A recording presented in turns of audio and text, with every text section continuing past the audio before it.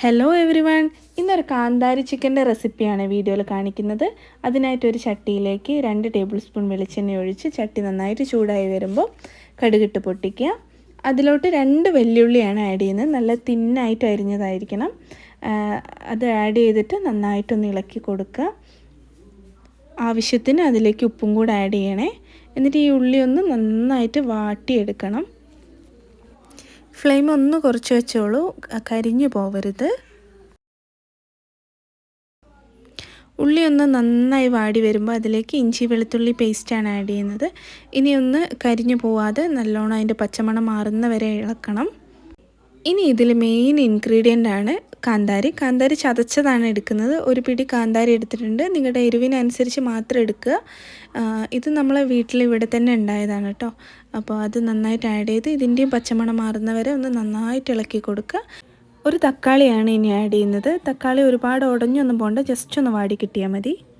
ഇതിലോട്ടിനി chicken മസാലയും മല്ലിപ്പൊടി ഒരേ അളവിലാണ് ചേർക്കുന്നത്. 1.5 ടേബിൾ സ്പൂണാണ് എടുത്തിട്ടുള്ളത്.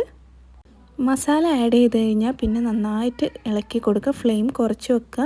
ഇനി പഠിച്ചു വരുന്നവരൊക്കെയാണെങ്കിൽ ഫ്ലെയിം ഓഫ് ചെയ്തിട്ട് തന്നെ ഇളക്കിയാൽ മതി. കരിഞ്ഞു പോയാൽ കറിയുടെ കംപ്ലീറ്റ് ടേസ്റ്റും പോവും. അപ്പോൾ നിങ്ങളൊന്ന് ശ്രദ്ധിച്ചിട്ട് നന്നായി ഇളക്കി കൊടുക്കുക. ഇതിലെ വെളിച്ചെണ്ണയൊക്കെ ഒന്ന് തെളിഞ്ഞ് വരുന്നവരെ ഇളക്കണേ. ഈ കാന്താരി ചിക്കൻ്റെ ഏറ്റവും സ്പെഷ്യലായിട്ടുള്ളൊരു കാര്യം, ഇതിലൊട്ടും തന്നെ മുളക് പൊടി ആഡ് ചെയ്തിട്ടില്ല. അപ്പോൾ കാന്താരിയുടെ ആ ഒരു ഫ്ലേവർ ഇതിൽ നന്നായിട്ട് കിട്ടും.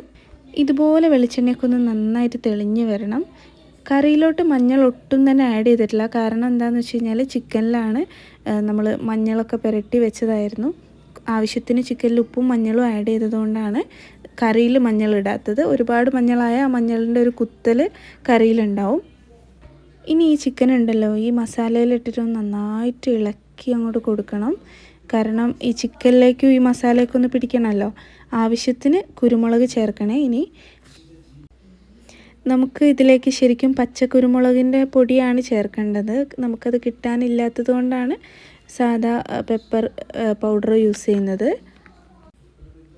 ഇനി ഇത് നല്ലോണം മസാലയൊക്കെ ഒന്ന് പിടിക്കാനും അതുപോലെ ചിക്കനൊക്കെ ഒന്ന് വേവാനും കൂടെ വേണ്ടിയിട്ട് നമുക്ക് കറിയിലേക്ക് ആവശ്യത്തിന് ചൂടുവെള്ളം ഒഴിച്ചു കൊടുക്കാം. പച്ചവെള്ളം ഒഴിക്കുന്നതിലും ബെറ്റർ ചൂടുവെള്ളമാണ്. എന്നിട്ട് ഈ കറിയൊക്കെ ഒന്ന് നന്നായിട്ട് തിളച്ച് വരുമ്പോൾ നമുക്ക് ചിക്കനൊക്കെ ഒന്ന് വെന്തോന്നൊക്കെ ചെക്ക് ചെയ്യണേ. നല്ലോണം ചിക്കനൊക്കെ വെന്ത് കറി ഒന്ന് കുറുകി വരുമ്പോൾ ആവശ്യത്തിന് കറിവേപ്പിലയും മല്ലിച്ചപ്പും ഇട്ടിട്ട് അടച്ചു വെച്ച് കുറച്ച് നേരം കഴിഞ്ഞിട്ട് നമ്മൾ ഈ കറി യൂസ് ചെയ്യുകയാണെങ്കിൽ അടിപൊളിയാണ്. നല്ല ഹെൽത്തി ആയിട്ടുള്ള, ഒരുപാട് മുളക് പൊടിയൊന്നും ചേർക്കാത്ത ഒരു അടിപൊളി കറിയാണ്. എല്ലാവരും ഒന്ന് ട്രൈ ചെയ്ത് നോക്കണേ. മറ്റൊരു വീഡിയോ ആയിട്ട് വീണ്ടും കാണാം. ബായ്.